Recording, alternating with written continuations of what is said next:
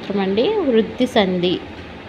వృద్ధి సంధి సూత్రం ఏంటంటే అకారమునకు ఏ ఐలు పరమైతే ఐకారము, ఓ ఔలు పరమైనప్పుడు ఔకారము ఏకాదేశం మగును. అంటే ఆ లేదా ఆకు, ఏ లేదా ఐ ఈ రెండిట్లో ఏదైనా సరే పరమైతే ఐకారం వస్తుంది.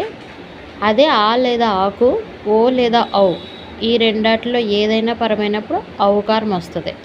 అంటే ఇక్కడ ఐ ఔలను ఏమంటారంటే వ్యాకరణంలో వృద్ధులు అంటారు. అందుకే దీనికి వృద్ధి సంధి అని పేరు.